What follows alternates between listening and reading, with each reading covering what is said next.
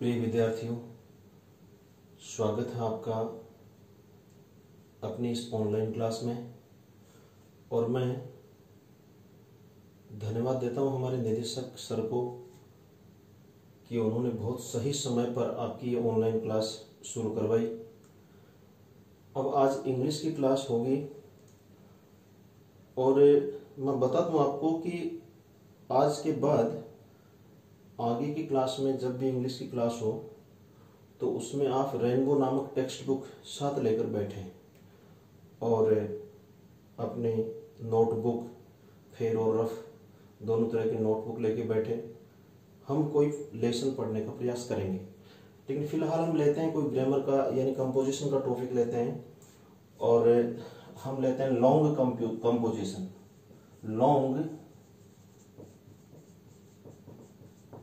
Long composition. और आप जानते हो इस बात को कि लॉन्ग कंपोजिशन के हमारे 3 टॉपिक हैं और तीनों 21 नंबर के अर्थात 7-7 नंबर का प्रत्येक टॉपिक है।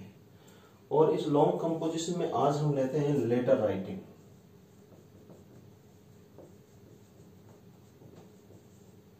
जो 7 मार्क्स का है।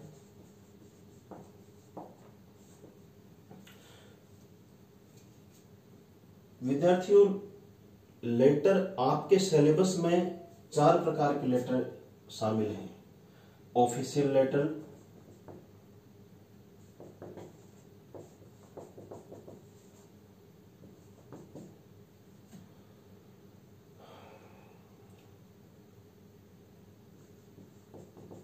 लेटर टू एडिटर,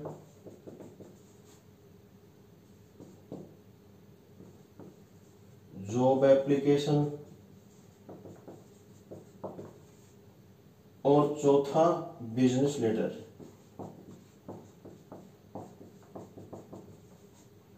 प्रत्येक प्रकार के आपको अलग अलग पढ़ने पड़ेंगे, थोड़ा बहुत अंतर सब में होता है और इनमें से कोई सा भी लेटर हार्ड नहीं है। सब आप पढ़ोगे समझोगे तो आसानी से इनको तैयार कर लोगे।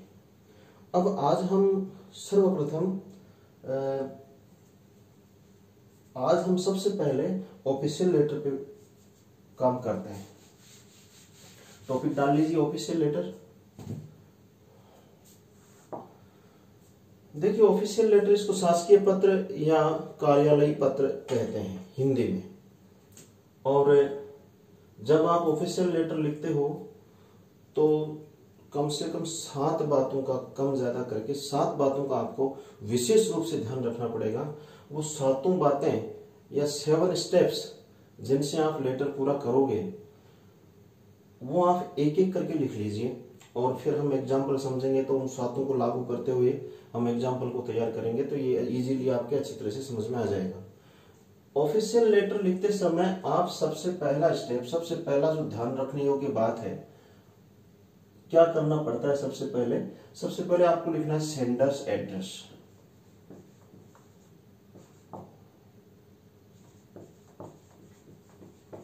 Sanders address, sender's address, sender's अर्थात पत्र भेजने वाला, पत्र लिखने वाले का पता जो ऊपर लिखना होगा। सबसे पहले शुरुआत इसी से करनी होगी और इसमें आपको 3 लाइन विथ 5 थिंग्स, ध्यान दीजिए 3 लाइन में ये एड्रेस आना चाहिए और इसमें कम से कम 5 बातें शामिल हो जानी चाहिए। ये जो सेंडर्स एड्रेस आप लिखते हो ये सबसे पहले लिखना होगा, 3 लाइन में पूरा करना होगा और 5 बातें इसमें शामिल हो जानी चाहिए। अगर 5 बातें शामिल नहीं करते हो तो ये गलत हो जाता है और शुरुआत ही गलत हो जाती है तो लेटर में ये 7 मार्क्स प्राप्त नहीं हो सकते।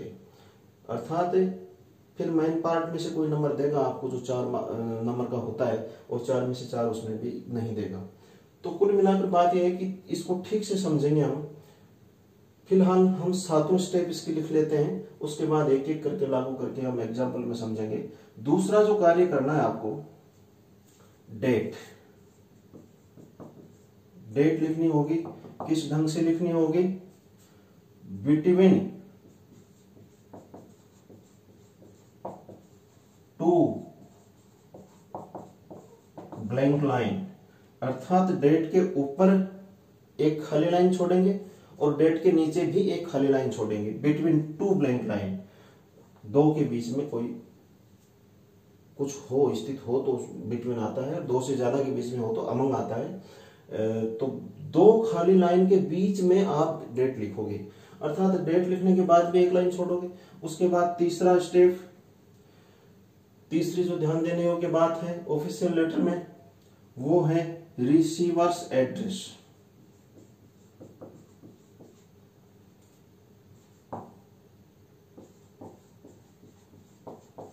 रिसीवर्स एड्रेस, तो देखिए ऑफिशियल लेटर में जो रिसीवर्स एड्रेस होता है उसमें मुख्य रूप से तीन बातें शामिल होती हैं, 2 और 3 लाइन। 2 और 3 लाइन, आप इसको 2 लाइन में भी पूरा कर सकते हो, 3 लाइन में भी पूरा कर सकते हो। कई बार 3 लाइन में पूरा करना पड़ता है और कई बार 2 लाइन में भी हो जाता है। वो आपको प्रश्न में दी गई जो इसका एड्रेस है इसकी प्रकृति के हिसाब से देख लेना है, वहां समझ लेना है। अर्थात क्या क्या आता है इसमें, post name, post name, office name और तीसरा पैलेस नेम। ये 3 बातें शामिल हो जानी चाहिए। पोस्ट नेम तो एक लाइन में आपको शो करना है, ऑफिस नेम और पैलेस नेम कई बार एक लाइन में, सेकंड लाइन में, दोनों एक जगह ही लिख दिए जाते हैं और कई बार इसको पैलेस नेम को तीसरी लाइन में लिख दिया जाता है। तो 2 लाइन भी खर्च हो जाती है और 3 भी हो जाते हैं। इसके बाद चौथा जो महत्वपूर्ण पार्ट है, सब्जेक्ट। देखिए सब्जेक्ट अच्छे से लिखना आना चाहिए आपको। सब्जेक्ट एक प्रकार से लेटर की समरी है। यहां तक कहा जाता है कि अधिकारी सब्जेक्ट को ही पढ़ते हैं और उससे नीचे का विवरण का अंदाजा वो स्वतः ही लगा लेते हैं और आपके लेटर पर, आपकी समस्या पर सब्जेक्ट पढ़कर ही वो एक्शन ले लेते हैं। तो सब्जेक्ट बहुत आकर्षक होना चाहिए, बहुत बोधगम्य होना चाहिए। जो हम लिखेंगे उस समय इस पर चर्चा करेंगे और उसके बाद में इसको लिखा कैसे जाता है ये भी सीखेंगे। 5वां, आप इसको लिख लीजिए ठीक से। 5वां जो कार्य करना है आपको, ये ऊपर से मिटा देता हूं।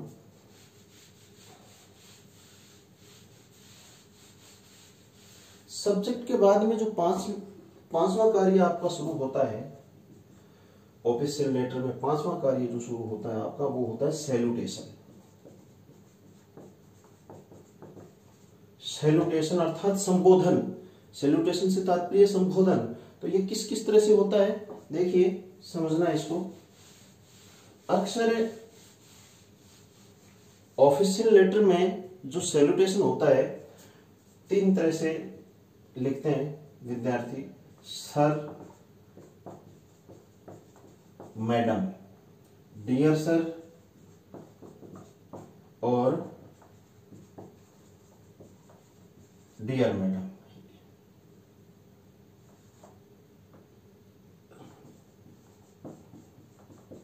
रेस्पेक्टेड सर और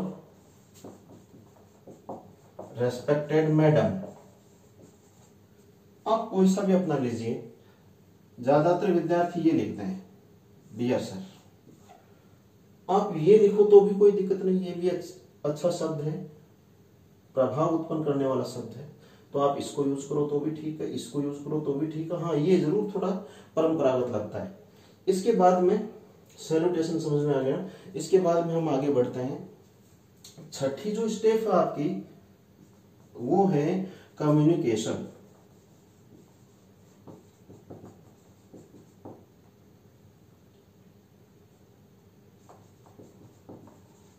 कम्युनिकेशन क्या है? कम्युनिकेशन संवाद को कहते हैं। यहां जो कुछ आपको लिखना है इसको मेन पार्ट भी कह सकते हैं। मेन पार्ट, लेटर का मेन पार्ट है। डियर सर वगैरह जो कुछ लिखा है या रेस्पेक्टेड सर लिखा, उसके बाद नीचे की लाइन से आप लिखना शुरू करेंगे। अपनी जो भी प्रॉब्लम है, अपनी जो भी समस्या है वो इसमें बताएंगे आप। 1 और 2 पैराग्राफ 1 और 2 पैराग्राफ में इसको पूरा कर दीजिए। ये कोई लास्ट लिमिट नहीं है। अगर आपके पास विचार और हैं तो इसको 3 पैराग्राफ में कर दीजिए, कोई दिक्कत नहीं। एक पैराग्राफ में एक विचार आता है और नया विचार शुरू करते ही हम दूसरा पैराग्राफ लिखना शुरू करते हैं, फिर भी आपको लगता है कि एक तीसरी बात और बतानी है तो आप तीसरा पैरा लिख दीजिए, लेकिन वर्ड लिमिट का ध्यान रखना है। 100 वर्ड्स के आसपास इसको पूरा करना है आपको, अराउंड 100 वर्ड्स, इस बात का ध्यान जरूर रखना है। तो ये हो गया आपका कम्युनिकेशन। अब सातवां और अंतिम जो ध्यान देने वाला पार्ट है आपका, वो है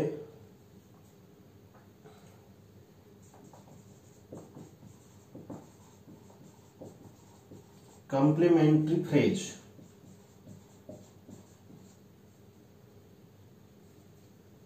कॉम्प्लीमेंट्री फ्रेज, देखिए कॉम्प्लीमेंट्री फ्रेज, कॉम्प्लीमेंट्री होता है भावना प्रधान, अर्थात आप जिस अधिकारी को लिख रहे हो अंत में ऐसा कोई अपनी भावना व्यक्त करते हुए संक्षिप्त कुछ शब्द का यूज करेंगे।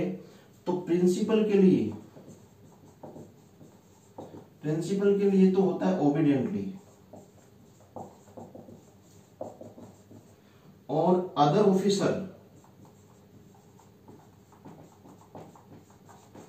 ऑफिसर्स के लिए फेथफुली।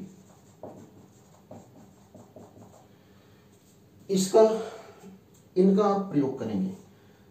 तो इस तरह से इन 7 बातों का ध्यान रखते हुए आप लेटर लिखेंगे। अब हम इसको मिटाकर एक एग्जाम्पल इसका करते हैं, मैं करवाता हूं आपको, आप ध्यान दीजिए। यही सभी 7 बातों को हम लागू करते हुए 7 स्टेप्स को लागू करते हुए इसको बनाते हैं और पूरा करते हैं।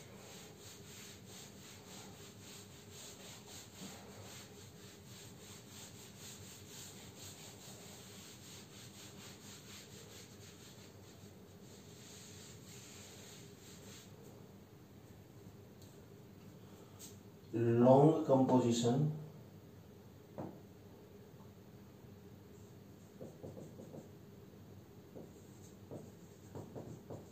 Letter writing,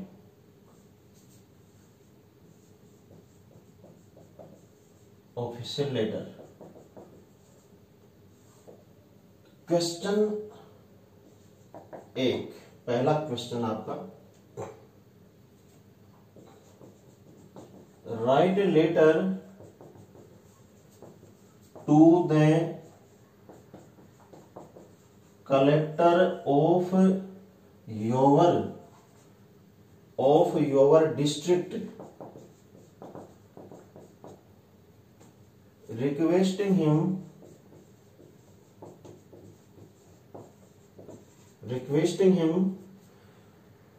to ban the use of loudspeakers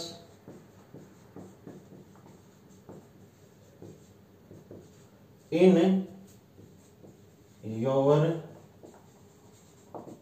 locality। ध्यान दीजिए, देखिए ये विषय इजी लगता होगा, लेकिन 2018 के आरबीएससी एग्जाम में to improve the insanitary condition of locality पूछा गया था। ये एक सामान्य विषय लगता है लेकिन इंपॉर्टेंट है, इसे ठीक से याद करना होगा क्योंकि ये अभी तक पूछा नहीं गया है, तो काफी समय पहले पूछा गया था। हम इसे सीखते हैं और याद भी करते हैं।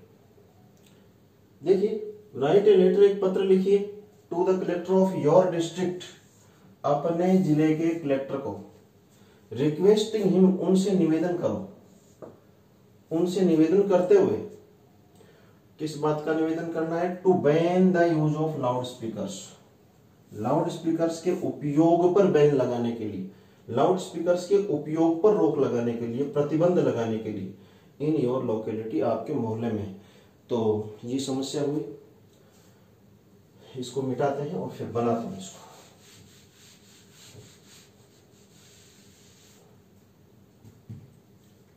अब देखिए, पहला स्टेप हमने सबसे पहले लिखा था कि 3 लाइन यूज करनी है, 5 थिंग्स आनी चाहिए।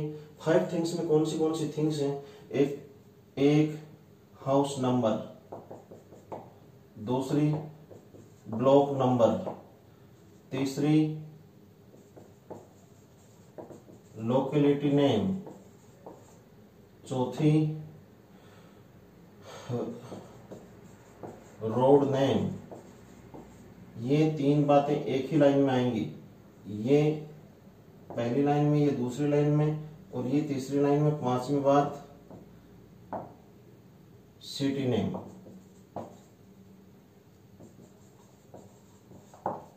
ये सारा आना चाहिए। किस ढंग से आएगा? अब ध्यान देने वाली बात है कि लेटर में जो कुछ लिखना है इस लाइन से लिखना है, यहाँ लाइन के पास से लिखना है। ये जो खड़ी लाइन आपके उसमें होती है इसके पास से लिखेंगे जो कुछ आगे।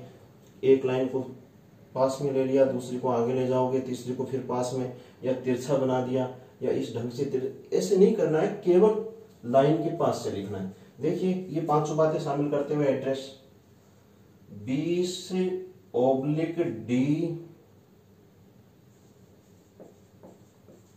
गांधी नगर, अर्थात 20 क्या है? हाउस नंबर है, -D क्या है? ब्लॉक नंबर है, गांधीनगर क्या है? कॉलोनी नेम है। फिर दूसरी लाइन में आइए, स्टेशन रोड, ये दूसरी लाइन का चौथी बात लिखनी है। फिर पांचवी और अंतिम बात सीकर। तो ये इस तरह से 3 लाइन में 5 बातें शामिल करते हुए आपने सेंडर्स एड्रेस बना दिया। क्योंकि नाम यहां नहीं लिखा जाता, नीचे योर्स फेथफुली के नीचे नाम आ जाता है, वो इसके ऊपर ही मान लिया जाता है और नीचे भी मान लिया जाता है। एक लाइन ब्लैंक छोड़ते हुए डेट लिखेंगे। लगभग परीक्षाएं मार्च में ही होती हैं, तो आप जैसे 5 मार्च 2021,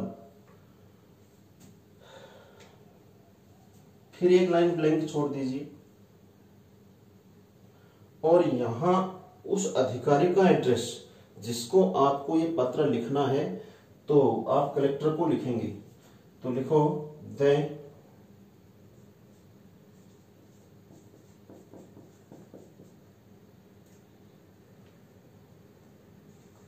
कलेक्टर डिस्ट्रिक्ट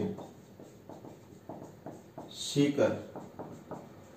यहां ये एड्रेस 2 ही लाइन में पूरा हो गया, कोई दिक्कत नहीं, डिस्ट्रिक्ट सीकर। फिर आप यहां लिखेंगे सब्जेक्ट। सब्जेक्ट को 2 तरह से लिख सकते हो आप, SUB संक्षिप्त लिखकर भी यहां ये अनुपात जैसा चिन्ह लगा सकते हो, और पूरा लिखकर भी लगा सकते हो। जिस ढंग से भी आप लिखना चाहो लिख दो, कोई दिक्कत नहीं। सब्जेक्ट यहां होगा, प्रश्न में दिया हुआ है साफ साफ, to ban the use of loud speakers.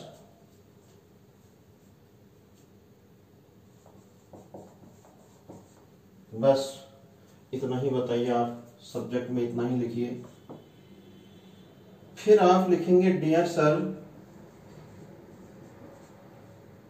या आपका सैल्यूटेशन हो गया। ये पहला स्टेप पूरा हुआ सेंडर्स एड्रेस का।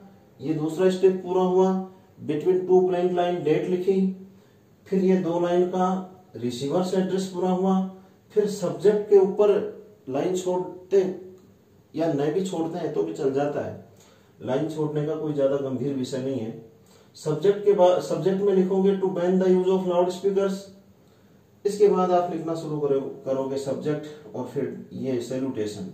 आपने अब तक 5 कार्य पूरे कर दिए, एक एक करके 5 कार्य पूरे कर दिए। आपको कुल मिलाकर 7 बातों का ध्यान देना है। इसके बाद आप लिखना शुरू करोगे मोस्ट रेस्पेक्टफुली। ये लिख ही दीजिए क्योंकि ये पारंपरिक शैली में आता है, क्योंकि कुछ लोगों की ये प्रेजुडिस एक शब्द होता है अंग्रेजी में, पूर्वाग्रह होता है उनके मन में कि मोस्ट रेस्पेक्टफुली तो लिखा ही नहीं, जबकि इससे भी अच्छे अच्छे आगे पोलाइट रिक्वेस्ट को शो करने वाले वर्ड हैं हमारे पास, लेकिन फिर भी इसको लिख दीजिए, इसका कहीं नुकसान नहीं हो जाए आपके। Most respectfully I would like to bring your kind notice to the growing use of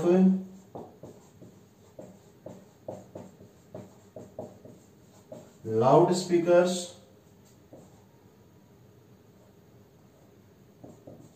in our locality।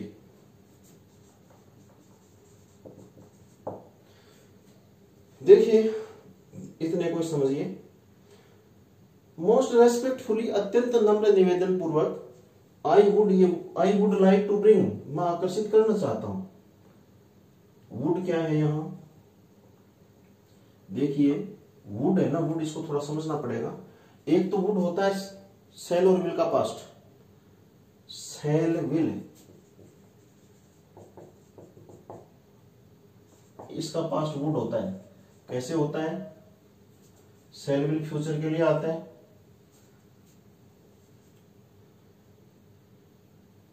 और वुड पास्ट फ्यूचर के लिए आता है, और ये प्रेजेंट फ्यूचर के लिए आते हैं। अर्थात जब मैं कहूं कि हम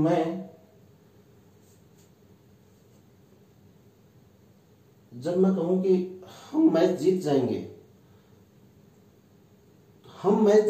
तो we shall win the match.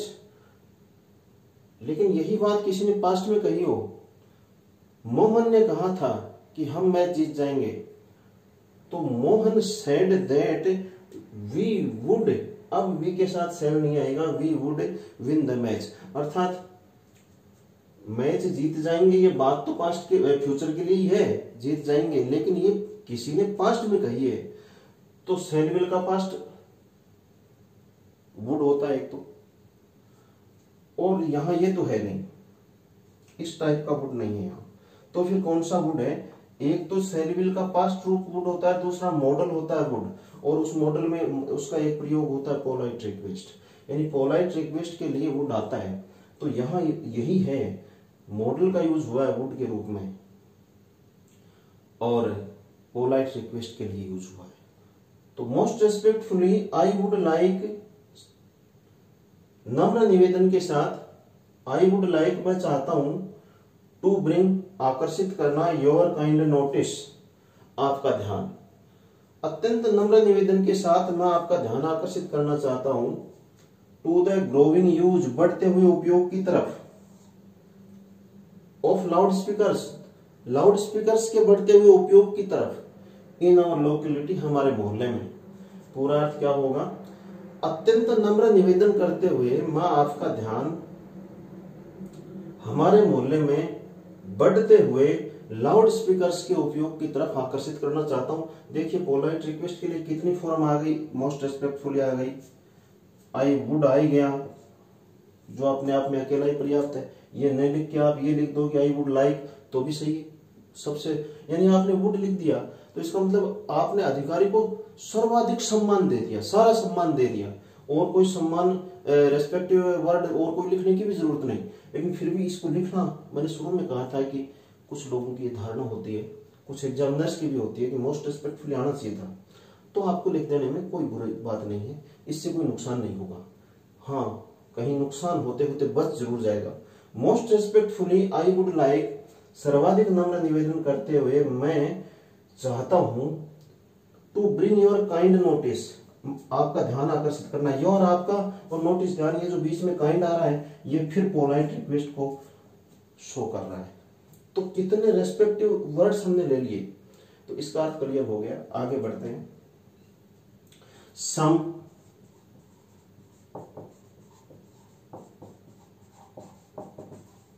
irresponsible and thoughtless people of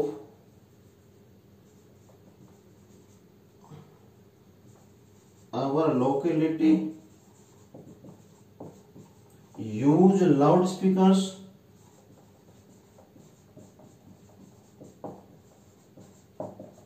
till late at night.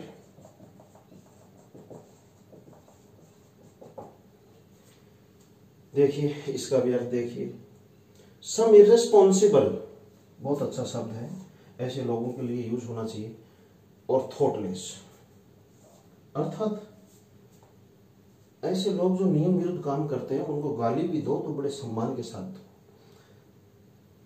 Some irresponsible, कुछ गैर जिम्मेदार, एंड थॉटलेस, और विचारहीन पीपल, लोग, कुछ गैर जिम्मेदार और विचारहीन लोग, ऑफ आवर लोकेलिटी, हमारे मोहल्ले के कुछ गैर जिम्मेदार और विचारहीन लोग यूज लाउड स्पीकर्स का उपयोग करते हैं टिल लेट एट नाइट, देर रात तक। टिल मानी तक, देर रात तक। पूरा अर्थ क्या होगा? हमारे मोहल्ले के कुछ गैर जिम्मेदार और विचारहीन लोग देर रात तक लाउड स्पीकर्स का उपयोग करते हैं।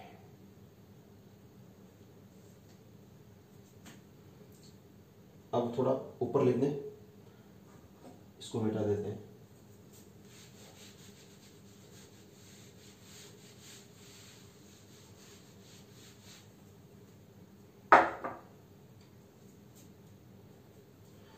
It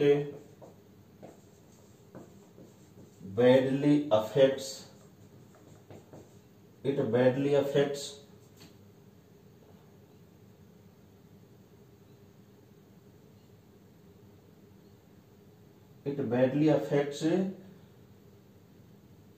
students' studies. It badly affects students' studies. ये विद्यार्थियों के अध्ययन को बुरी तरह प्रभावित करता है।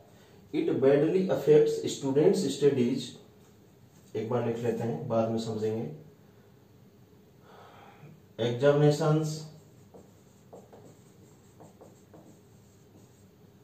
Examinations are at hand. They can neither study nor take rest. अब समझिए, इट बैडली अफेक्ट्स, ये बुरी तरह प्रभावित करता है, ये जो देर रात तक लाउड स्पीकर बजाना और ये शोर, इट बैडली अफेक्ट्स, ये बुरी तरह प्रभावित करता है स्टूडेंट्स विद्यार्थियों के, ये जो ऐसे है अपोस्ट्रोफ लगा के, इसका अर्थ का के की पोजीशन के लिए आता है। स्टूडेंट्स स्टडीज, विद्यार्थियों के अध्ययन को ये बुरी तरह प्रभावित करता है। एग्जामिनेशंस आर एट हैंड, परीक्षाएं नजदीक हैं, परीक्षाएं निकट हैं, परीक्षाएं नजदीक हैं। They can neither study nor take rest, ये नाइदर नॉर का प्रयोग बहुत अच्छा प्रयोग है यहाँ। आइदर और नाइदर और, दोनों को देखना होगा। आइदर और का प्रयोग कहां होता है? जब दो में से किसी एक विकल्प का चयन किया जाए तो आइदर और आता है। जैसे आइदर दिस और दैट बुक इज यूजफुल, या तो यह या वह पुस्तक उपयोगी है, अर्थात दोनों नहीं, एक उपयोगी है। और फिर नाइदर नॉर उसका ठीक ऑपोजिट हो जाएगा, अर्थात जब दो में से किसी भी विकल्प का चयन नहीं किया जाए तब नाइदर नॉर आता है। यहां दो विकल्प हो गए, एक तो स्टडी करना और दूसरा टेक रेस्ट, आराम करना। दोनों में से किसी का भी चयन नहीं कर सके कोई। दे कैन नाइदर स्टडी, वे ना तो अध्ययन कर सकते हैं नॉर टेक रेस्ट, और ना ही आराम कर सकते हैं। तो विद्यार्थियों की बात हो गई। इसके बाद एक पैरा और ले लीजिए। It also badly affects it also badly affects sick persons,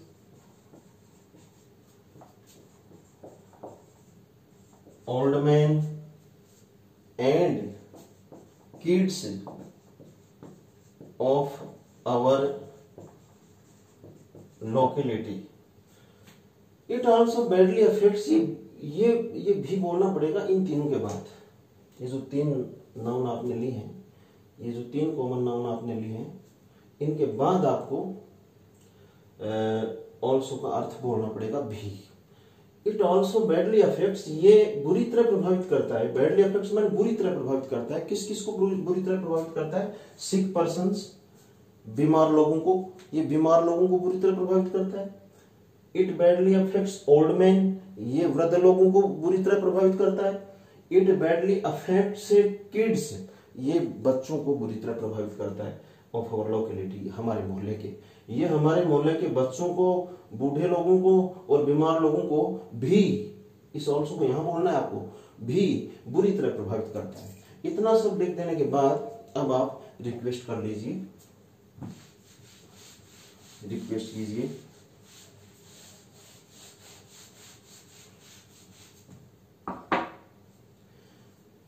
So I request you to ban the use of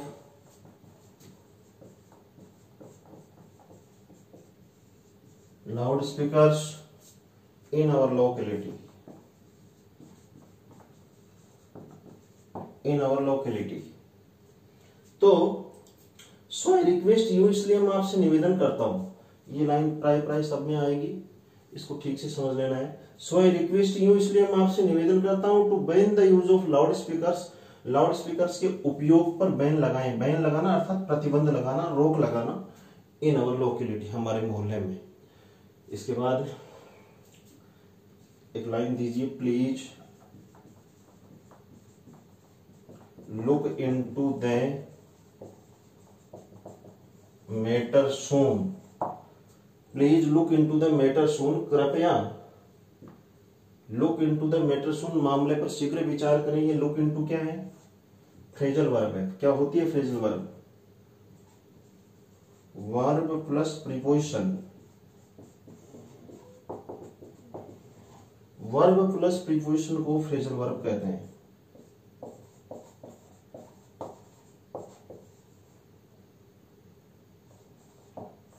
अर्थात कोई वर्ब है और उसके साथ प्रीपोजिशन जुड़ जाए तो उसका अर्थ दूसरा ही हो जाता है, जो उसका मूल अर्थ होता है वो नहीं रहता। जैसे लुक को ही ले लीजिए, यहां लुक आए, लुक देखना होता है, तो लुक फॉर तलाश करना, लुक आफ्टर, ये लुक वर्ब है, फॉर प्रीपोजिशन है, दोनों का प्रयोग एक साथ हुआ तो एक फ्रेजल वर्ब बन गई और इसका अर्थ हो गया तलाश करना। लुक फॉर मन तलाश करना।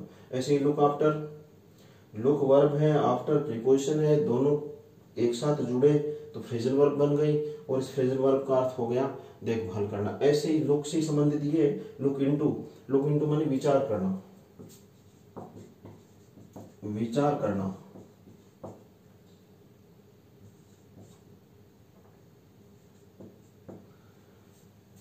लिख लेना इसको, ये सब जगह काम आता रहेगा। हम इस टाइप की लाइन के लिए दूसरी लाइन में लेंगे बाद में, लेकिन फिलहाल तो ये ठीक है। Please look into the matter soon, कृपया मामले पर शीघ्र विचार करें। और इसके बाद जो हमने अंत में लिखा था, पहले इससे पहले आप लिख दीजिए thanking you,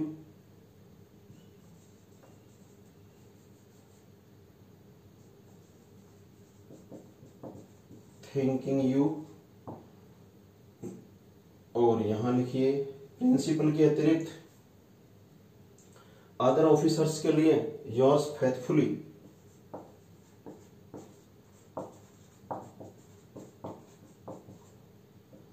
yours faithfully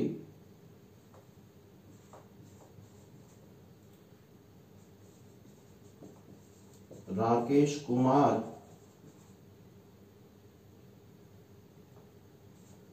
and all students. इसके अलावा स्टूडेंट्स कहाँ के हैं ये ऊपर दिया हुआ है एड्रेस, ये दोबारा नहीं दोहराना है। तो इस तरह से आपका लेटर हो जाता है और इसके बाद हम और अगली क्लास में करेंगे। थैंक्स।